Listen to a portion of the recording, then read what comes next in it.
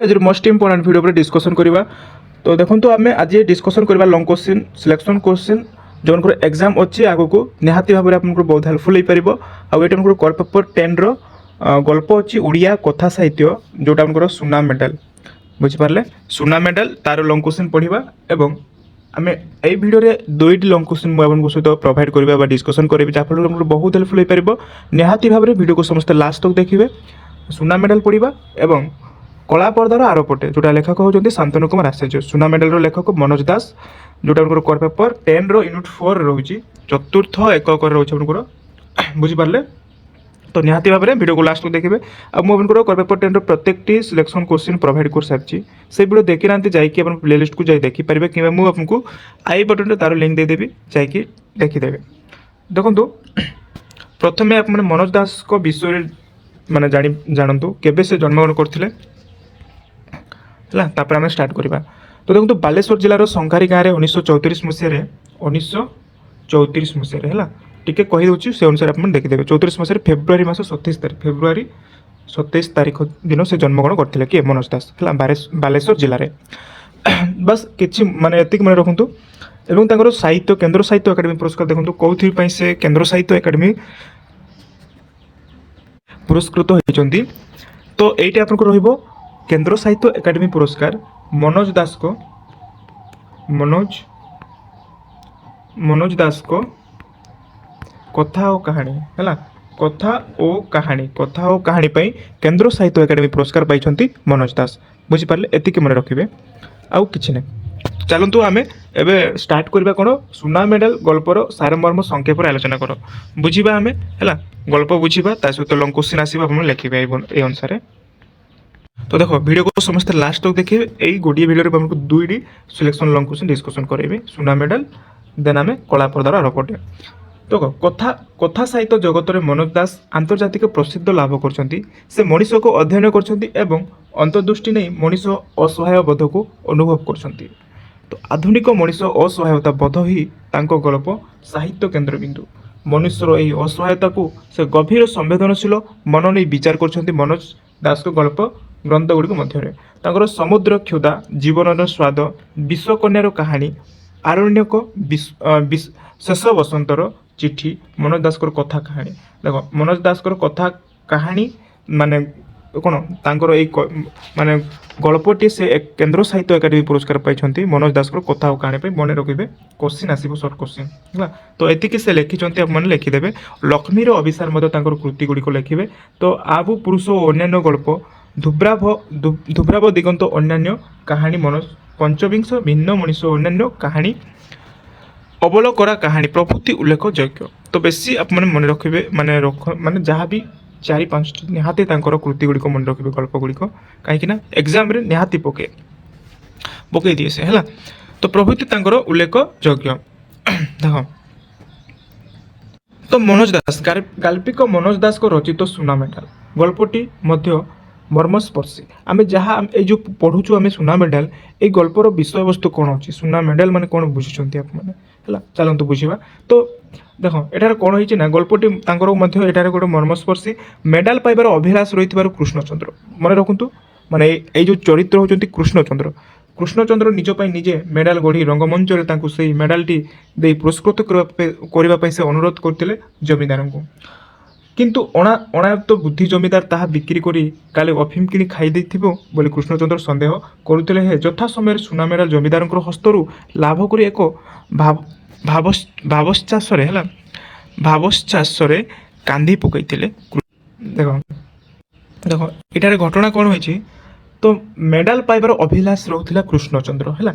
तो निजपाई निजे मेडल गढ़ी रंगमंच से मेडलटी दे पुरस्कृत करने अनुरोध करते जमीदार को किंतु अणायत्त बुद्धि जमीदार ताहा बिक्री करी काले अफिम किणी खाई देथिबो बोली कृष्णचंद्र सन्देह करते हे यथा समय सुना मेडल जमीदार को हस्तरू लाभ कर एक भावश्चासरे कांदी पकईले कृष्णचंद्र।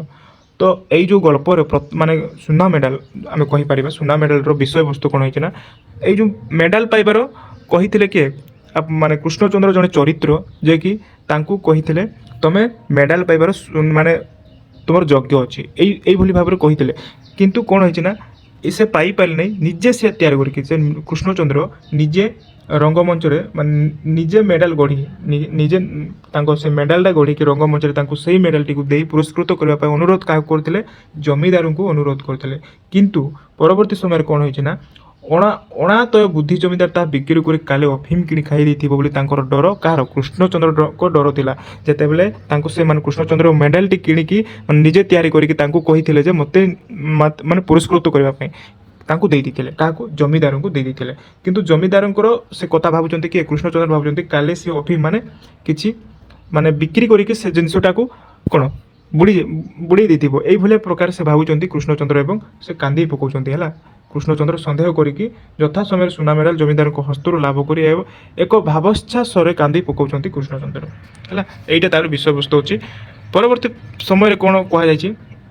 ଦୁହେଁ ଦୁହିଁଙ୍କୁ କୁଣ୍ଡାଇ ଧରିଲେ ରଙ୍ଗମଞ୍ଚରେ। କିଏ? କୃଷ୍ଣଚନ୍ଦ୍ର ଏବଂ ଜମିଦାର। ତ କୃଷ୍ଣଚନ୍ଦ୍ର ଓ ଚୌଧୁରୀଙ୍କର ସେ ବିହଳ ମିଳନ ସତେ ଯେପରି ନାଟକର ହିଁ ଏକ ମାର୍ମିକ ଦୃଶ୍ୟ ଥିଲା।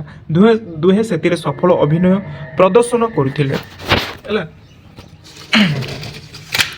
ତ ଏଇଟା ସେ ନାଟକରେ ମଞ୍ଚରେ ପ୍ରଦର୍ଶନ କରିଥିଲେ ଗଳ୍ପ।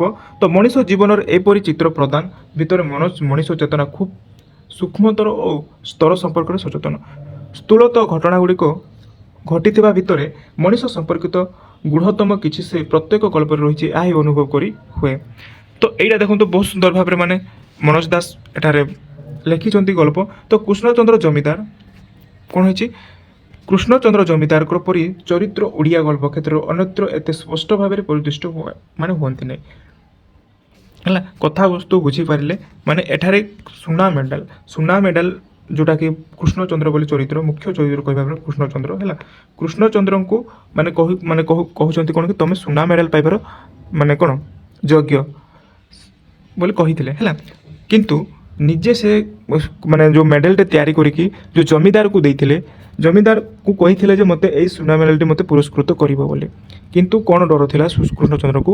କାଳେ ସେଇ ମେଡ଼ାଲଟିକୁ ସେ କେଉଁଠି ବିକି ଦେଇ କରି ଅଫିମ ମାନେ କିଣି ଖାଇଥିବ ନା ଅଫିମ ସେ ବ୍ୟବହାର କରୁଥିବ, ଏଇଭଳିଆ ତାଙ୍କ ଡର ଥିଲା ଏବଂ ସେ ନିଜେ ମଧ୍ୟ କାନ୍ଦି ପକାଉଥିଲେ ହେଲା।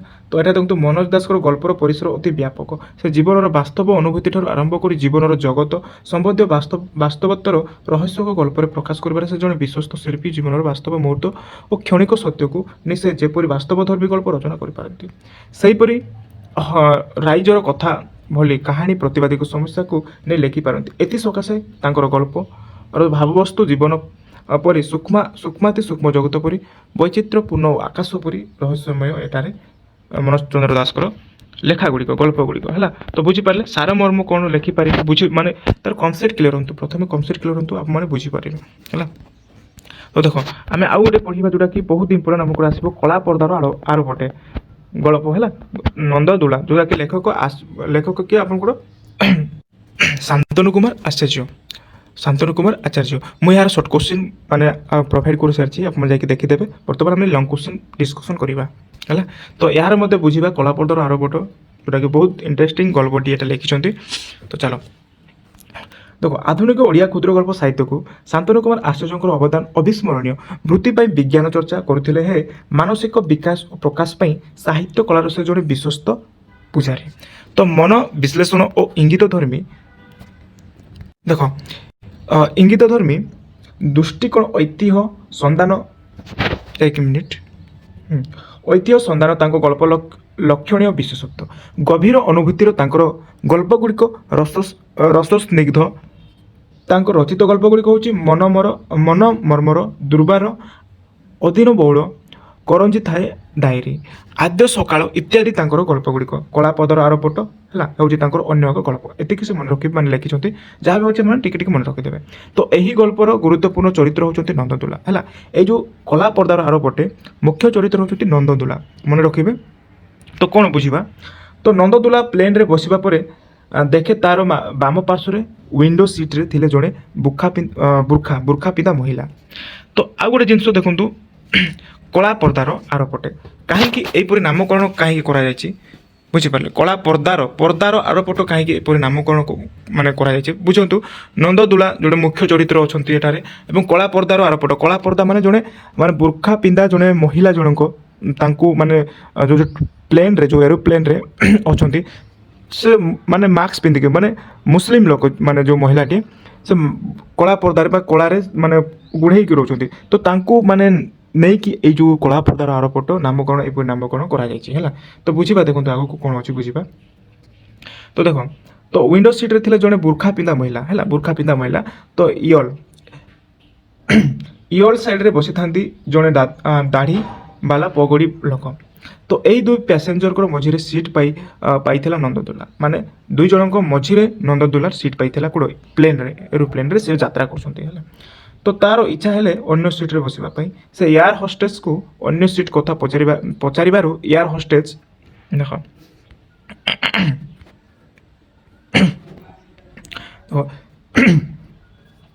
ଏୟାର ହୋଷ୍ଟେସ୍ କହିଛି ସରି ନନ୍ଦଦୁଲା, ନିରାଶ ହୋଇ ପ୍ଲେନ୍ର ଆଗ ପଛ ଦେଖିଲା। KLM ଏୟାର ଲାଇସେନ୍ସର 400 ସିଟ୍ ବୋଇଂ ଏବଂ 320 ଏୟାରବସ୍ଟାରର ଯେତିକି ଅଂଶ ତାର ଦୃଷ୍ଟିଗୋଚର ହେଉଥାଏ, ସେ ଅଞ୍ଚଳ ତାକୁ ଦିଶୁଥାଏ ଗୋଟିଏ ବନ୍ଧାକୋବି ପଟାଲ କରି। ପ୍ଲେନ୍ରେ ବସି ସେ ନିଜକୁ ଅସୁରକ୍ଷିତ ମନେ କରୁଥାଏ। କିଏ? ନନ୍ଦଦୁଲା। ତାକୁ ଲାଗୁଥାଏ ଯେମିତି ସେ ଧରା ପଡ଼ିଯାଇଛି ଗୋଟାଏ ମାରଣା ଷଣ୍ଢର ଦୁଇ ସିଂହ ମଝିରେ। ମାନେ ଦୁଇ ଜଣ ବସିଛନ୍ତି ନା, ମାନେ ଦୁଇ ଜଣଙ୍କ ସିଟ୍ ମଝିରେ ନନ୍ଦଦୁଲା କ'ଣ ଆମର ପ୍ଲେନ୍ ଯାତ୍ରା କରୁଛନ୍ତି। ତ ତାଙ୍କୁ ଅନକମ୍ଫର୍ଟେବଲ୍ ଲାଗୁଛି ହେଲା। ତ ତାଙ୍କ ମଝିରେ ବସିଛନ୍ତି, ସତେ ଯେମିତି ସେମାନଙ୍କୁ ଲାଗୁଛି ଯେ ଗୋଟାଏ ମାରଣା ଷଣ୍ଢର ଦୁଇ ସିଂହ ମଝିରେ ସେ ବସିଛନ୍ତି ବୋଲି ହେଲା।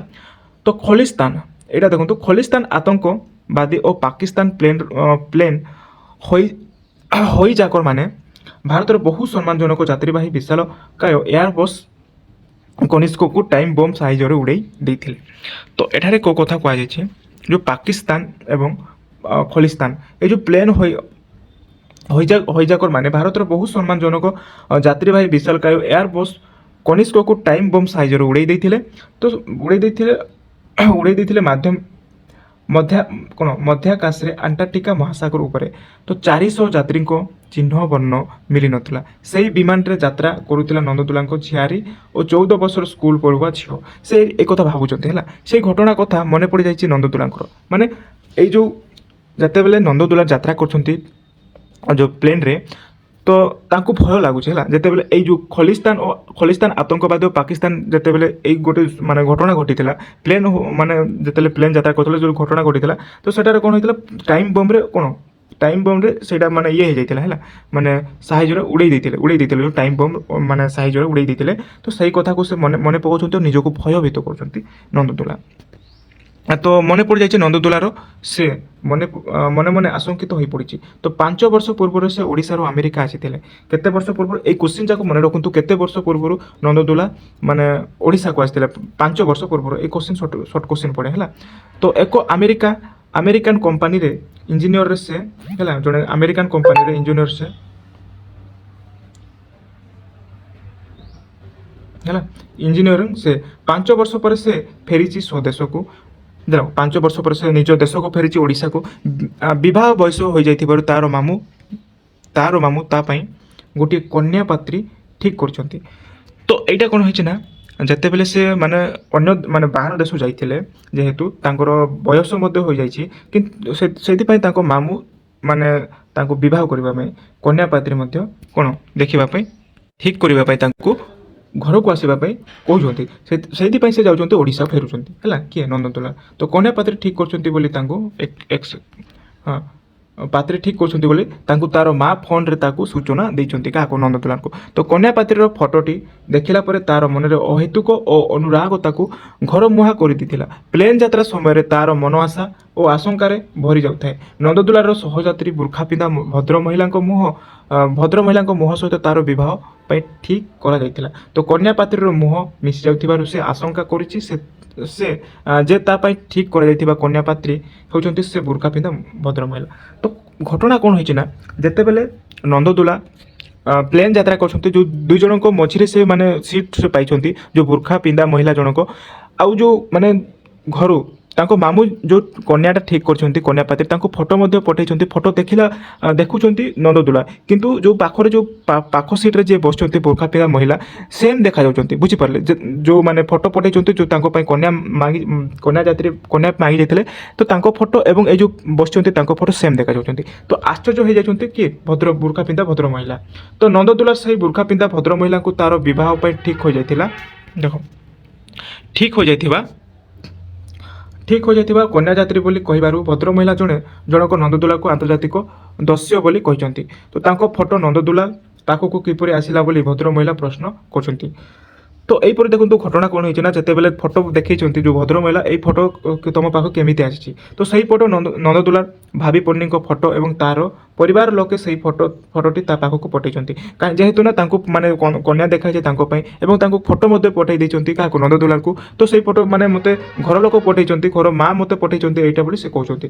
ତ ନନ୍ଦଦୁଲା ଉତ୍ତର ଦେଇଛନ୍ତି ସେ ଯେଉଁ ବୁର୍ଖା ପିନ୍ଧା ମହିଳାକୁ। ତାପରେ ସେହି ଭଦ୍ରମହିଳା ହୋଇପଡ଼ିଲେ। ତ ଭଦ୍ରମହିଳା ଜଣକ ଅଜରବୈଜାନ ଦେଶର ଲୋକ ଥିଲେ। ଦେଖ, ସେ ଭଦ୍ରମହିଳା କେଉଁ ଦେଶର ଥିଲେ? ଅଜରବୈଜାନ ଦେଶର ଲୋକ ଥିଲେ। ସେହି ଦେଶର ଲୋକେ ଅଧିକ ବର୍ଷ ବଞ୍ଚିଥାନ୍ତି। ଭଦ୍ରମହିଳା ନନ୍ଦଦୁଲାଙ୍କୁ ଆଲିଙ୍ଗନ କରି ସବୁ କଥା ପ୍ରକାଶ କଲେ ଏବଂ ନନ୍ଦଦୁଲା ଚରିତ୍ର ମାଧ୍ୟମରେ ଗାଳ୍ପିକ ମନ ବିଶ୍ଳେଷଣ କରିଛନ୍ତି, ଐତିହ୍ୟର ସନ୍ଧାନ କରିଛନ୍ତି। ତ ଏଇ ଯେଉଁ ମାନେ ଗଳ୍ପଟି ବହୁତ ସୁନ୍ଦର ଭାବରେ ଆଲୋଚନା ମାନେ ଲେଖିଛନ୍ତି ଗଳ୍ପଟି ଶାନ୍ତନୁ କୁମାର ଆଚାର୍ଯ୍ୟ। ତ ଦେଖନ୍ତୁ ମାନେ ବୁଝିପାରିଥିବେ ତାର ମାନେ ଷ୍ଟୋରିଟି କ'ଣ ହୋଇଛି। ନନ୍ଦଦୁଲା ଟ୍ରେନ୍ ହିଁ କହୁଛି ମାନେ କ'ଣ ପ୍ଲେନ୍ ଯାତ୍ରା କରୁଛନ୍ତି ଯେତେବେଳେ ମାନେ ଓଡ଼ିଶା ଫେରୁଛନ୍ତି 5 ବର୍ଷ ପରେ। ତ ଘଟଣା କ'ଣ ହୋଇଛି ନା, ତାଙ୍କ ବୟସ ମଧ୍ୟ ହୋଇଯାଇଛି। ତ ତାଙ୍କ ମାମୁଁ ତାଙ୍କ ପାଇଁ ଗୋଟେ କନ୍ୟା ଠିକ୍ କରିଛନ୍ତି। ତ ସେଇ କନ୍ୟା ଠିକ୍ କରିଛନ୍ତି ଯେତେବେଳେ ସେ ପ୍ଲେନ୍ ଯାତ୍ରା କରିବା ସମୟରେ ଜଣେ ଭଦ୍ରମହିଳା ବ୍ୟକ୍ତିଙ୍କ ପାଖ ସିଟ୍ରେ ସେ ମାନେ ତାଙ୍କ ସିଟ୍ ଅଛି, ସେ ବସିଛନ୍ତି ଏବଂ ତାଙ୍କୁ ଫଟୋ ମଧ୍ୟ ପଠାଇଛନ୍ତି। ଯେଉଁ କ'ଣ ତାଙ୍କ କନ୍ୟା ଯେଉଁ ମାଗିଛନ୍ତି ସେଇ ଫଟୋ ମଧ୍ୟ ପଠାଇଛନ୍ତି, ଦେଖୁଛନ୍ତି କିଏ? ନନ୍ଦଦୁଲା। ତ କ'ଣ ହେଇଛି ନା, ଯେଉଁ ବୁର୍ଖା ପିନ୍ଧା ମହିଳା ଏବଂ ଯେଉଁ ପଠାଇଛନ୍ତି ସେଇ ଫଟୋଟା ସେମ୍ ଦେଖାଯାଉଛନ୍ତି, ଦୁଇ ଜଣ ପୁରା ସେମ୍ ଦେଖାଯାଉଛନ୍ତି। ତ ସେଇ ଯେଉଁ ବୁର୍ଖା ପିନ୍ଧା ମହିଳା କହୁଛନ୍ତି ଏଇ ଫଟୋ ମୋ ଫଟୋ କେମିତି ତୁମ ପାଖରେ ଅଛି ଏଇଭଳିଆ ପଚାରୁଛନ୍ତି। କିନ୍ତୁ ନନ୍ଦଦୁଲା କହୁଛନ୍ତି କ'ଣ, ଏଇଟା ନା ମୋତେ ପଠାଇଛନ୍ତି ମୋତେ ମୋ ଘର ଲୋକ, କାହିଁକିନା ମୋ ପାଇଁ କନ୍ୟା ଦେଖାଯାଇଛି। ତ ଏଇଭଳିଆ ଘଟଣା ହେଇଛି ଆଉ ସେ ଫେରୁଛନ୍ତି। ଏଇ ଯାକ ମାନେ କ'ଣ এই ଯେଉଁ ବିଷୟବସ୍ତୁଟା ଏମିତି ରହିଛି। ବୁଝିପାରିଲେ, କୋଶ୍ଚିନ୍ ଆସିବ ଆପଣ ଲେଖିବେ। ତ ଦେଖନ୍ତୁ ଆଜି ପାଇଁ ଏତିକି ଥାଉ। ବହୁତ ଇମ୍ପୋର୍ଟାଣ୍ଟ ମାନେ ସିଲେକ୍ସନ୍ କୋଶ୍ଚିନ୍ ଆମେ ଡିସ୍କସନ୍ କଲେ ଦୁଇଟି। ଆଶା କରୁଛୁ ଆମକୁ କିଛି ମାତ୍ରାରେ ଭଲ ଲାଗିଥିବ। ଯଦି ଭିଡ଼ିଓ ଭଲ ଲାଗୁଛି ଭିଡ଼ିଓକୁ ସମସ୍ତେ ଲାଇକ୍ କରିବେ, ଚ୍ୟାନେଲକୁ ଆସିଥିଲେ ଚ୍ୟାନେଲକୁ ମଧ୍ୟ ସବସ୍କ୍ରାଇବ୍ କରିବେ। ଆଗକୁ ଆଉ ମାନେ ଇଭିନିଂରେ ମୁଁ କ'ଣ ସବୁ ମାନେ କମେଣ୍ଟ କରି କହିବେ କେଉଁ ଲଙ୍ଗ୍ କୋଶ୍ଚିନ୍ ଆପଣଙ୍କୁ ଦରକାର, ସେଇ ଅନୁସାରେ ମୁଁ ଆମକୁ ଲଙ୍ଗ୍ କୋଶ୍ଚିନ୍ ପ୍ରୋଭାଇଡ଼ କରିଦେବି। ରହୁଛି, ଧନ୍ୟବାଦ।